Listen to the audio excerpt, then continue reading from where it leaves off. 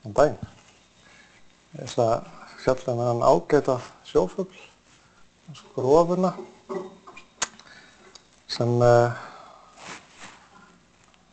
við finnum hérna í Vestmannaeyjum.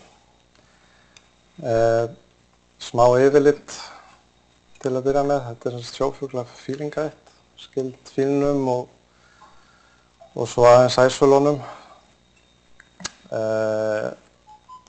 Hún er ansi víða í Norður-Atlantshafi, allt frá Nýfundnalandi í vestri, þó sé nú ekki stór varpstofn þar, og svo alveg austur yfir til Bretlandseyja. Og svona kjarninn af varpstofninum eða heimstofninum verpir á Bretlandseyjum. Mig minnir að heimstofninn sé áætlað að vera einhvers staðar milli 300 og 400.000 pör og eitthvað í kringum 300.000 á Bretlandseyjum, þannig að þær eru eiginlega allar þar. Hún er farfugl. Puffin er það ekki lundi? Á ensku, jú. Puffin Atlantic. Það er ekkert skildir? Nei, það er ekkert skildir. Þetta er latínuheitið Puffinus og lundin á latínu er Fraterpula. Ég veit nú ekki hvað puffin þýðir sjálfsögðu á ensku. En skrofan er farfugl, yfirgefur Norður-Atlantshaf, virðist vera að öllu leyti. Og nyrstu varpbyggðir hennar eru einmitt hér á landi í Vestmannaeyjum. Og við ætlum aðeins að skoða blessuðu eyjarnar. Skrofan verpir eftir því sem við best vitum í 5 eyjum. Það eru hérna Elliðaey, Bjarnarey, Ystakletti á Heimaey og svo Álfsey og Suðurey. Það er möguleiki að hún verpi líka í Hellisey og Brandi, en það er allavega kannski engar sannanir eftir því sem ég best veit. Og svo smáeyjarnar líka gætu komið til greina. En þetta er staðan eins og við þekkjum hann í dag, og fyrir 20 árum þá var stofninn talin vera 7 til 10.000 varpur, og er það í rauninni eina úttektin sem hefur farið fram. Og þessi rannsókn, hún fór fram í Ystakletti, sem við sjáum hér mynd af úr austri. Og það er sem sagt það svæði sem við vorum mest að rannsaka skrofurnar var hérna í kringum þessar nibbur hér og svo aðeins hérna upp á þessum toppi hérna. Það er virðast allavega þær svona grúppur sem við fundum verpandi, þær voru yfirleitt í kringum einhvers konar landslag í graslandinu. En svo eru þær reyndar alveg fundið þær hérna út með. Og meiri hluti stofnsins íslenska var talin verpa í Ystakletti, þar sem við vorum. En svona nýlega athuganir benda til að eitthvað hafi gerst, að minnstakosti í þeirri byggð. Við vitum svo sem ekkert hvað er í gangi í öðrum útheyjum Vestmannaeyja. En maður hafði oft heyrt að það væru kannski 5.000 pör í Ystakletti, en svona eftir að vera búin að vera þarna einhver tíma þá ég nú sjálfur bátt mig að trúa því, og athuganir sem fóru fram fyrir 2-3 árum, þær benda til fækkunar. Við vitum ekki alveg hvað er í gangi, en við teljum okkur samt vita það. Það er gallinn að Ystaklettur er tengdur við, það er partur af Heimaey, og á Heimaey búa milli 3.000 og 4.000 manns. Og kettir eru í miklu uppáhaldi þar. Og þeir komast auðvitað upp í Ystakletti, og ein af svona okkar, ég get sagt okkar skrofum, hún tapaði volunni sinni fyrir kettlingum, eða sem sagt læðu sem var með 4 kettlinga. Og við veitum ekkert hvað verður fuglinn hins vegar, og hann hefur ekkert sést síðan þá. Fram að þessu vissum við ósköp lítið okkar fugla, hvert þær fóru og hvar þær voru við veturinn, hvort þær voru á flakki eða einhvers staðar á ákveðnu svæði. Það voru 2 endurheimtur erlendis frá af íslenskt merktum fuglum í Vestmannaeyjum. Ein frá Suður Brasilíu, það var minnum í sjórekið hræ, eða merkið fannst allavega í fjöru hávetur og svo önnur sem að kom í net við Nýfundnaland á sumarlagi. Það var kannski hægt að áætla út frá þessu að þær væru á veturna einhvers staðar í Suður-Atlantshafi við Ameríku og reyndar hafði Michael Brook sem að skrifaði bók skrofuna fyrir 20 árum, hann áætlaði út frá breskum endurheimtum að þær væru að öllum líkindum einhvers staðar á þessu svæði að vetrarlagi. Og markmið þessara athugana var sem sagt að meðal annars að kortleggja farleiðir og vetrarstöðvar þessara fugla í Vestmannaeyjum og jafnframt kanna hvort að sem sagt átthagatréðina að vetrarstöðunum, hvort þær færu á sömu staðina milli ára eða hvort þær væru bara svona færu hingað og þangað. Nú til þess að komast að þessu öll saman notuðum við svona dægurrita. Sjáum við hann hérna festan á plastmerki á skrofætinum, svo er stálmerkið hérna frá Náttúrufræðistofnun. Þetta er sem sagt staðsetningartæki sem byggir á sólargangi. Það er ljósflaga hérna á endanum sem að skrá í birtu og það sem sagt út frá þessum birtuupplýsingum þá fáum við upplýsingar sólarupprás og sólsetur. Það er innbyggð klukka í tækinu þannig að út frá þessu öllu saman og lengd dags þá fáum við að vita sirka lengdargráðu og breiddargráðu. Tækin sem hafa verið notuð hérna á skrofunar voru í upphafi 5 grömm af þyngd og hafa verið allt niður í 1,8 gramm en tækin sem eru núna í gangi eru 2,5 gramm. Þessi minnstu tæki þau þoldu illa eða virtust þola illa sjógang og þess háttar. En þar sem að þetta sem sagt byggir á sólargangi þá er nákvæmnin ekki eins góð og með GPS-tæki. Og almennt tala maður að nákvæmnin sé sirka 180 km en þetta er svona fer eftir árstíma og hvort það er lengdargráða eða breiddargráða. Þau skrá líka sjávarhita. Þannig að það er sem sagt, þetta er kallað activity. Þannig að það skráir sem sagt eftir, ef að tækið er búið að vera blautt samfellt í 20 mínútur, þá fer það að skrá niður sjávarhitann. Þá getur maður svona farið að sjá hvort að fuglinn er á eitthvað á ferðinni eða hvort hann er bara í sjó og þá fæðuleit eða í hvíld. Og það er svo sem, já, nákvæmlega þessi tæki bjóða nú ekki upp á mikið meira en þetta, ekki til dæmis þrýsting til að mæla dýpt eða þess háttar. Nú, við náðum gögnum frá 14 fuglum, eða nothæfum gögnum frá 14 fuglum og þau dekka 30 haust, 29 vetrar, 28 vortímabil. Munurinn á þessu er bara sumtækin endast stundum bila bara á miðju ári eða hausti eða hvenær sem er og stundum bara strax í upphafi. Og svo endurheimturnar hafa verið, fyrsta árið var 50%, sem sagt fengum 50% fuglana tilbaka og seinni árin hefur þetta gengið aðeins betur og fjölguðum svolítið tækjum núna síðasta vor, þannig að vonandi fáum við inn nýja fugla núna næsta sumar. Höfum verið að merkja sömu fuglana milli ára, þannig að til að reyna að byggja upp svona samfellda seríu og erum með 5 ára seríu frá einum fugli og svo 4 ára seríu frá 2 og 3 ára frá 2 fuglum. Þannig að þetta er svona, þetta kemur inn allt með tímanum og gögnin eru svo unnin með nokkrum forritum frá BASTRAC. BAS er sem sagt British Antarctic Survey sem hefur framleitt tækin. Höfum fengið þau þaðan. Og svo sýni ég niðurstöðurnar hérna einhverju leyti með svona kernel dreifingu. Hún var reiknuð með Home Ranger en kannski áður en að við förum í þær þá má sýna nokkra myndir frá annars vegar staðnum og þeim sem hafa tekið þátt í þessu með okkur.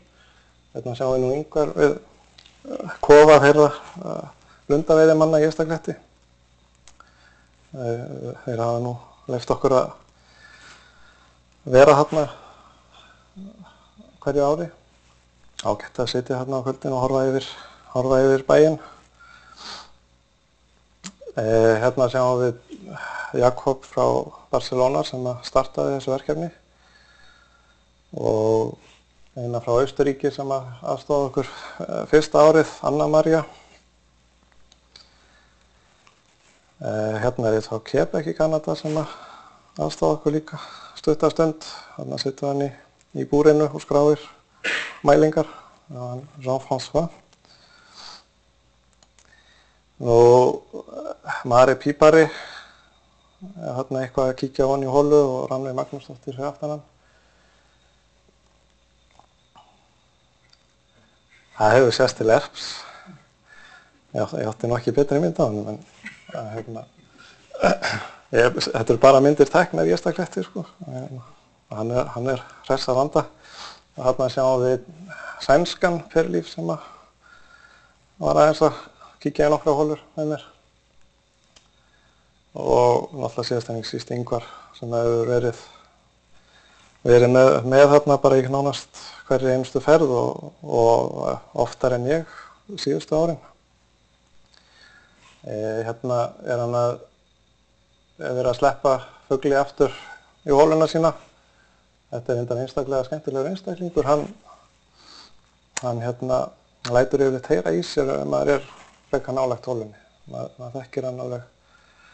Það liggur við að maður þurfi ekkert að spila því við notum oft svona spilunartæki til að athuga hvort að fuglarnir séu heima við eða ekki. Spilum við sönginn og þær svara gjarnan. En sumar eins og þessi, hún heyri í okkur og við fáum að vita hvort hún heima eða ekki.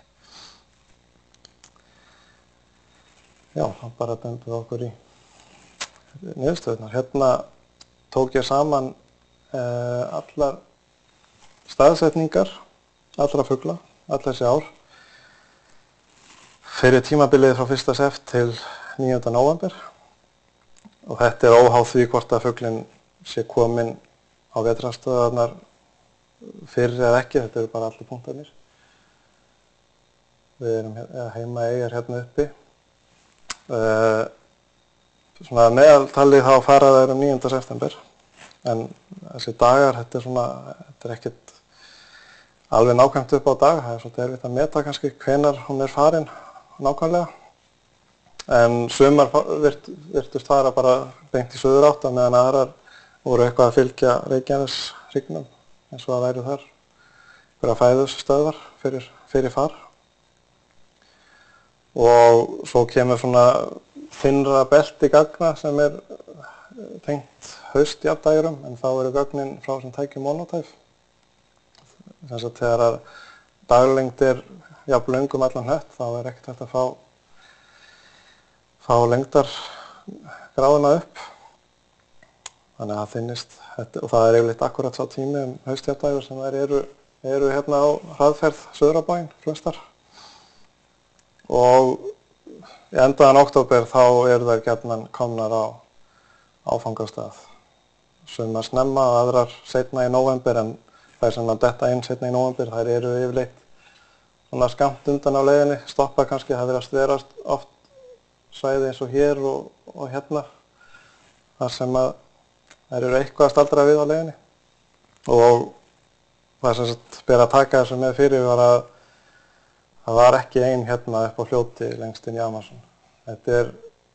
Það ónákvæmni sem fylgir þessum tækjum og maður verður að horfa á grófu myndina. Sérstaklega því að þetta eru bara frumgögn mínus tímabilið sem ónótæft kringum jafndægrin.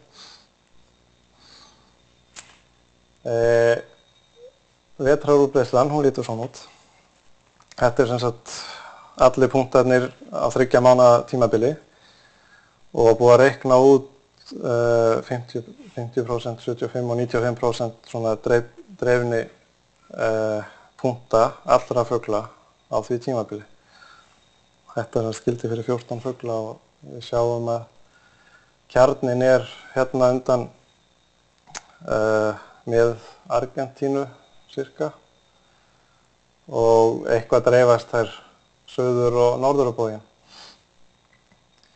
Þannig að þetta er eiginlega svona skemmtilega nákvæmt miðað við hvaða tæki eru notuð.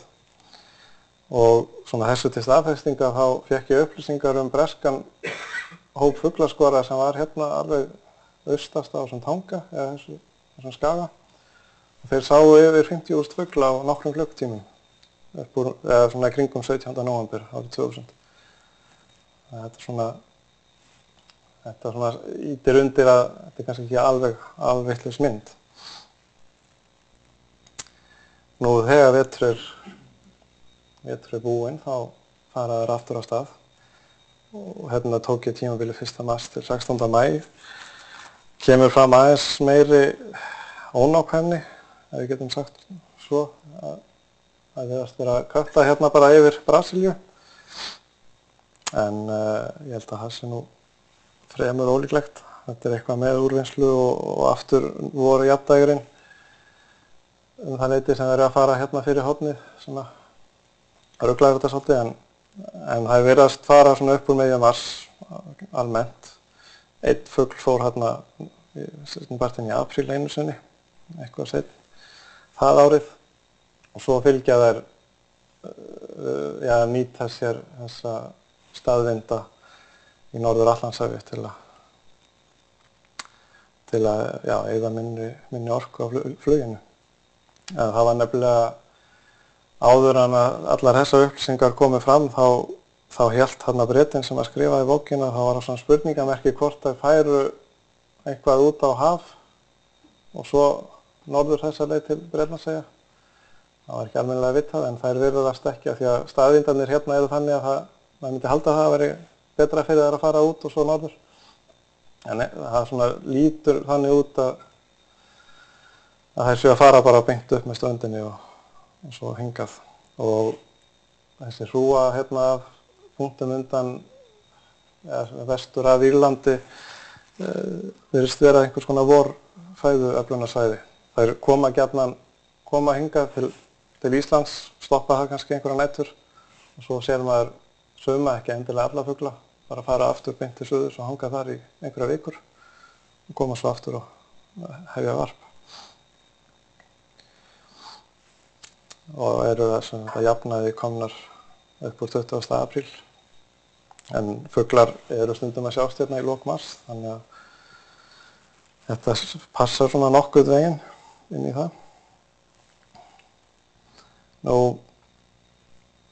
ef við lítum aðeins á átthæðatreiðina, hérna sjáum við alla einstaklingana. Þetta er sem sagt vetrarmyndin áðan er svona byggð á þessu.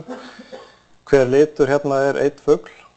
Heilir hringir eru sem sagt það er bara einn vetur að baki þess hrings og brotalínunar tákna að það séu þá 3, 4 eða 5 veturar þar á bakvið.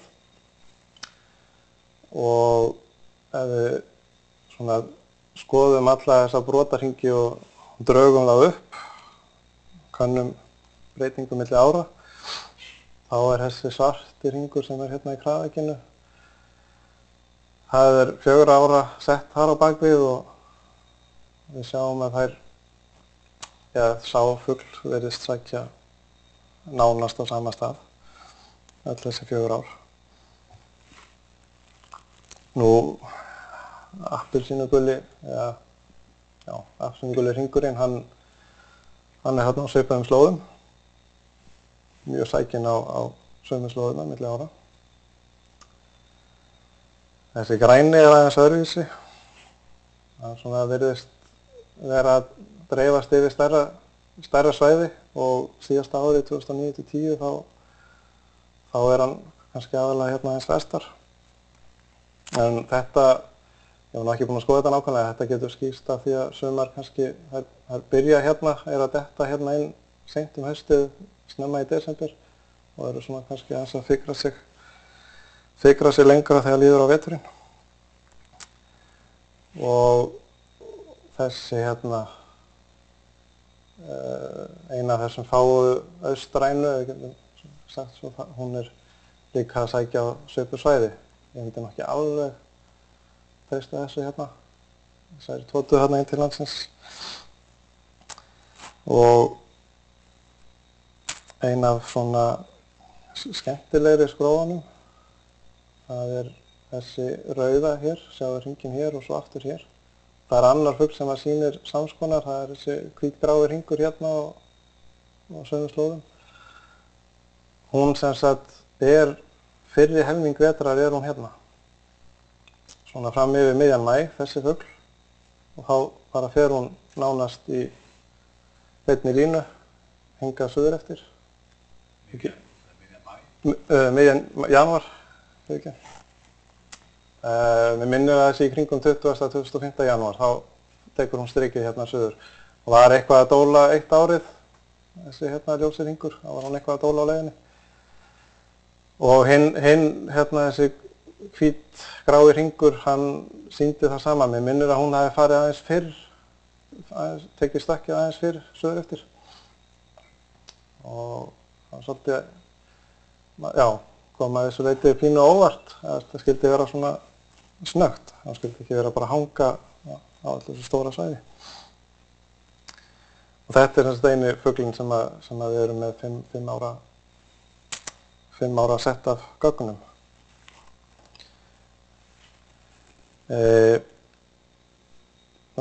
Tökum þetta saman, þá höfum við fengið býsna góðar upplýsingar og mikilvægar okkar fugla hérna í Vestmannaeyjum, hvert þær fara og hvar þær hanga yfir veturinn. Þær voru sem sagt allar 14 á landgrunninu þarna undan Argentínu og suður Brasilíu og svo kölluðu Patagonian Shelf, ég veit ekki hvort það fengi íslenskt heiti. Og þær dvelja nánast á sömu slóðum og breskar skrófur sem voru stúderaðar með sömu tækni fyrir nokkrum árum. Og niðurstöðurnar að þeirri rannsókn litu svona út og við erum að sjá að þetta mjög svipað munstur og við fáum fyrir íslenska fuglana og þær eru hérna langflestar á sama stað og flestar okkar. Nokkrar hérna aðeins austar eins og okkar fuglar. Okkar reyndar fóru aðeins sunnar sem að bresku gerðu það ekki á þessum tíma. En ég held að við séum nú búin að bæta eitthvað við þessi gögn. Nú, þetta segir okkur að nánast ef ekki allur heimstofn skrófunar hafi vetursetu á þessu hafsvæði þarna. Maður veit athuganir við suðvestur enda Afríku og eitthvað Kyrrahafsmegin, en það er eiginlega mjög lítið af því, þannig að það er óvænt að fullyrða að nær allur heimstofnin sé þarna á þessu litla svæði. Áttagatrén virðist vera mikil líka. Þannig að það má eiginlega segja að tegundin sé frekar viðkvæm fyrir tegundin í heimstofnin, frekar viðkvæmur fyrir einhverjum breytingum þarna sem að geta átt sér stað eða þá umhverfislýsum, olíuslýsi eða einhverju svoleiðis. Og það er svona vissu leyti svolítið ágjöfni, þó að það sé kannski ekki aðalvandamálið eins og gagnvart okkar fuglum hérna í Vestmannaeyjum. Við þurfum eitthvað að gera við þessa ketti en svona það litla sem maður hefur talað aðgerðir gagnvart körtum í Vestmannaeyjum, það er ekki mjög vel tekið á því. Þetta verður stöða heilugt dýr hérna. Þannig að það er spurning hvernig er hægt að eiga við þetta. Það er bara að þakka fyrir.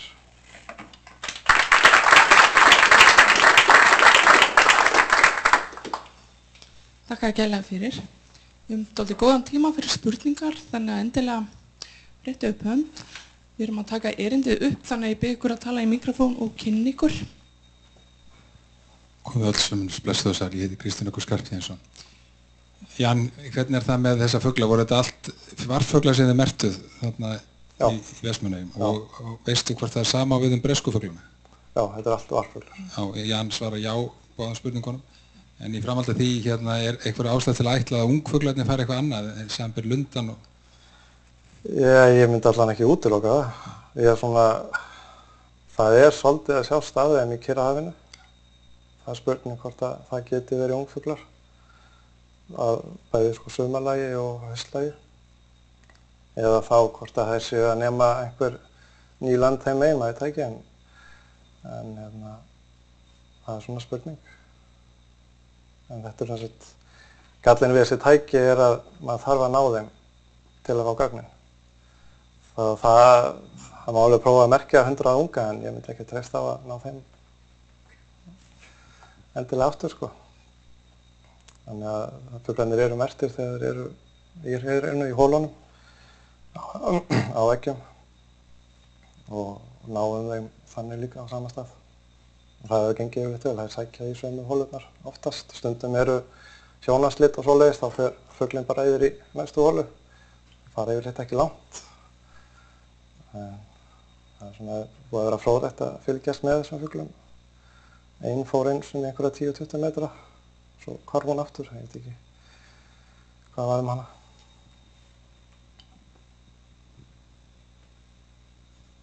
Já, takk fyrir frábæran fyrirlestur, Jan. Ég heiti Ester Unstinsdóttir. Mig langar að spyrja hvað éta skrúfur og hvað éta þeir þegar þeir búið í Vestmannaeyjum og hvað éta þeir þarna suður frá? Það éta fisk. Ég hef ekki skoðað það nánar en það. Hvað það er. Það náttúrulega hefur verið þetta ástand á sjófuglum hérna síðustu ár. Eins og hjá lundanum gengið afskaplega illa. Núna í sumar þá voru flestar okkar skrúfur með unga og vel feita unga þegar leið á sumarið, þannig að það sem var að áhrif á lundan var ekki að áhrif á skrúfuna.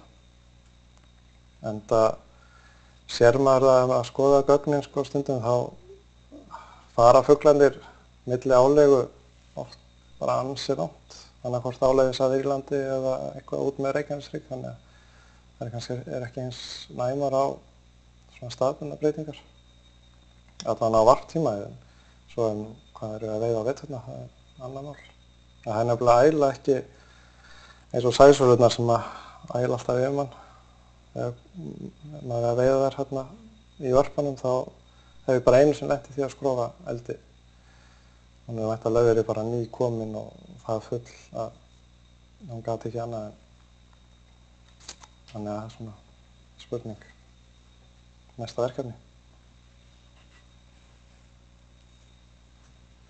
Já, Einar Þorleifsson. Jan, ég var aðeins að hugsa þessa ketti þarna í Ystakletti.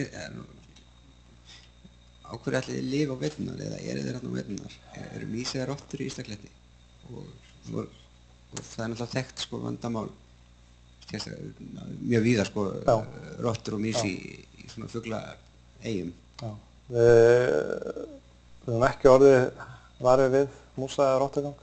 Ég veit að erpur setti. Kannski eitt líka sko, að þegar þú talar að kettirnir séu að valda vandamál hjá skrofunni, myndir þá ekki líka sækja í lundan í Ystakletti? Já, með mýsnar og rottuna við höfum aldrei séð ummerki eftir þær. Ég veit að erpur setti upp hérna einhverja staura eða steikur í sumar til að kanna það. Ég hef ekki heyrt af því hvort það kom eitthvað út úr því fyrir Ystaklet. En já, maður aldrei orðið var við þau spendýr, en við sjáum kött yfirleitt nánast í hverju ferð. Einn kannski. Aldrei fleiri en einn í einu, en þeir hafa verið mismunandi að litin, þannig að þeir eru nokkrir þarna, sjálfsagt. Og það náttúrulega eru fílar þarna nánast allan veturinn, ef þeir þora að ráðast á svoleiðis. Ég þekki það ekki. Við sjáum yfirleitt í fyrstu vorferðinni þangað, þá liggja yfirleitt nokkrir skrofuvængir undir kofanum, sem að kettirnir hafa tekið með sér. Þannig að, já. En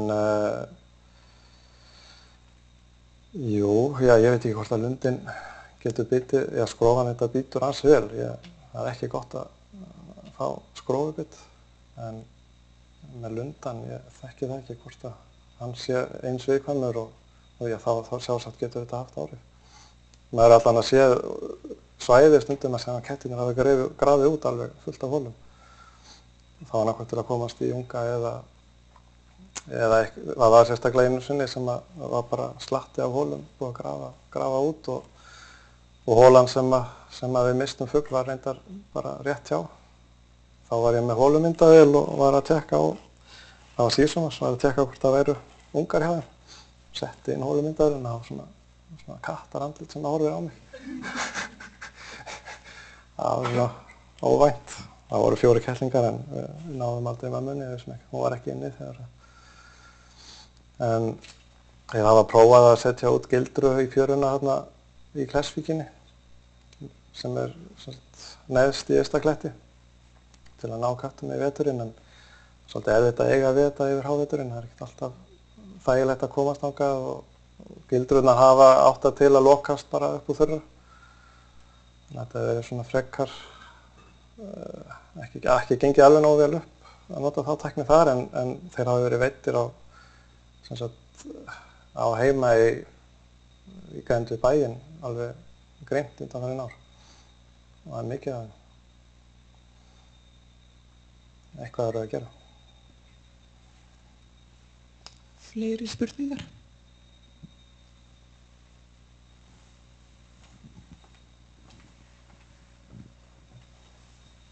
Já, Kristín hérna aftur.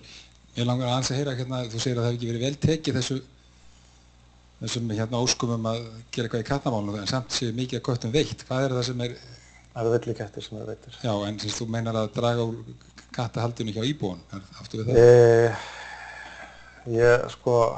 Það er gott að blessa að losa sig alla villikettina, en á meðan að kattahald eins og það er, þá mun væntanlega alltaf vera eitthvað flæði af köttum út í náttúruna. Og það er kannski svolítið drastískt að fara að banna kattahald, svona 1, 2 og 3. En það væri sannlega hægt að reyna að takmarka annaðhvort út í gangi eða byrja því að láta merkja alla ketti.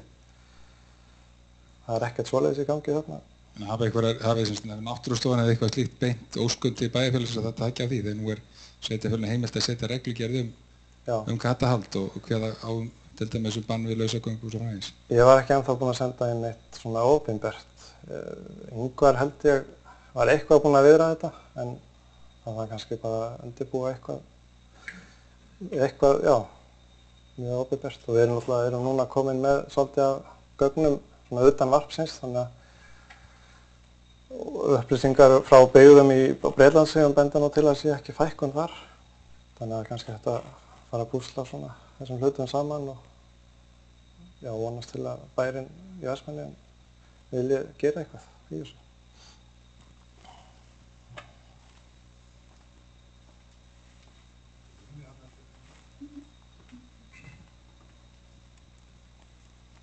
Takk fyrir gott erindi Jan, Guðmundur heiti ég Guðmundsson. Við langaði að spyrja annars vegar tímasetningar á ferðunum, hvort það væri sambærilega þá eða eins á íslenskum stofnum og breska, og svo tímalengdina sem þessar ferðir taka, þessum frá Eyjum og til Vetrarstað. Ég var ekki búinn að bera það saman með þær bresku nákvæmlega. Það geta verið ansi snöggar suður eftir.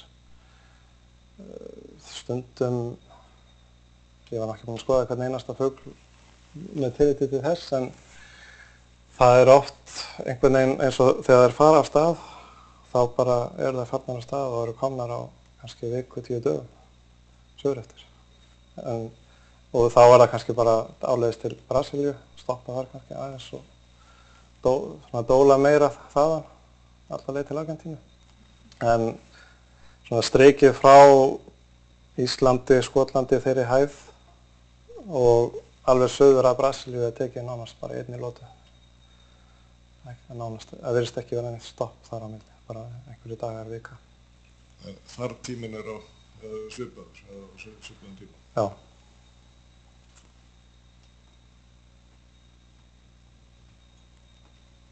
Það er enn tími fyrir fleiri.